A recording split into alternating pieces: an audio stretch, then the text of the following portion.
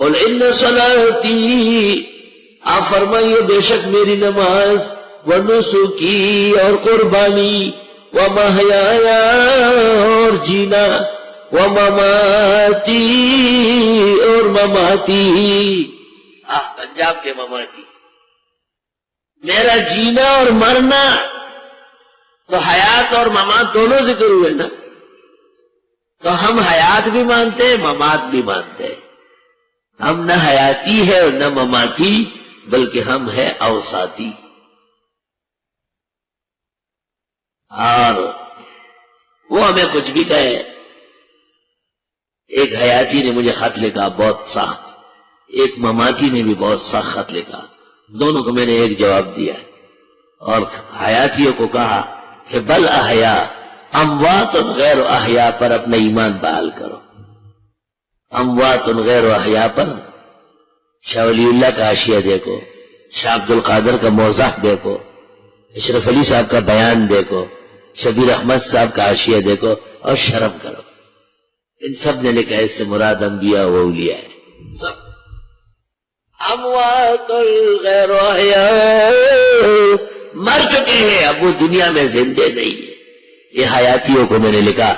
کیونکہ وہ ہاتھیوں پہ سوار ہو کے آئے تھے، اور مماتی اور شاماتی ان کو میں نے لکھا بل احیاء ولکن لا تشعرون، کہ اس پر اپنا ایمان سیدھا کرو، دونوں کے ایمان میں ٹیڑھ ہے۔ حیاتیان سمجھتے ہیں کہ بھائی ایسی حیات کمر میں ٹھیک لگائے ہوئے ہے، بریانی لگی ہوئی ہے اور تافتان اور قورمہ لگا ہوا ہے، اور آئس کریم کا برتن ہاتھ ہے، شاباش، تو اتنے بڑے ہمارے مولانا محمد امین و کاڑاتے اور بعض بیہودہ باتوں کا مرتکب ہوتے، میرے ان سے کئی جھگڑے ہو گئے تھے، کئی مسائل پر میں حیران رہ جاتا ہوں۔ حیات اور ممات دونوں برحق ہے، دنیا کے اعتبار سے مر چکے ہیں، قبروں میں زندہ ہے، لیکن وہ زندگی دنیا سے اعلیٰ و ارفع ہے۔ یہ کہتے ہیں دنیاوی حیات ہے، دنیاوی حیات کیسے ہو سکتی ہے؟ حیات تو وَلَلْآخِرَةُ خَيْرٌ لَكَ مِنَ الْأُولَى، دنیا سے 1000 درجے افضل ہے۔ مولانا سرفراز خان نے الشہاب المبین صفحہ 40 پر لکھا ہے کہ یہی مطلب ہے، حیات برزخی و قبری ہے، اور چونکہ آزاد دنیا کے ان سے متعلق ہے اس واسطے اس کو دنیاوی کہا جاتا ہے، ورنہ دنیا سے اعلیٰ و ارفع۔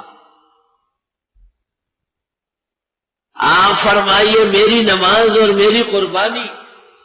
میرا جینا اور میرا مرنا للہ رب العالمین، اللہ رب العالمین کے لیے، لا شریک اللہ، اس کا کوئی شریک نہیں، وبذالک امرت، اسی کا مجھے کہا گیا، وانا اول المسلمین، میں پہلا ماننے والا۔ قل اغیر اللہ ابغی ربا، آپ فرمائیے کہ اللہ کے علاوہ ڈھونڈوں رب، وہو رب کل شیء، وہی تو رب ہر چیز کا، ولا تکسب کل نفس الا علیہا، نہیں کماتے کوئی انسان مگر اس پر پڑے گا، ولا تزر وازرۃ وزر اخری، اور نہیں اٹھائے گا اٹھانے والا بوجھ کسی اور کے گناہ کا، ثم الی ربکم مرجعکم، پھر تمہارے رب کی طرف تم پسماؤں گے، فینبئکم بما کنتم فیہ تختلفون، بس وہ بتا دے گا تم کو جس میں تم اختلاف کرتے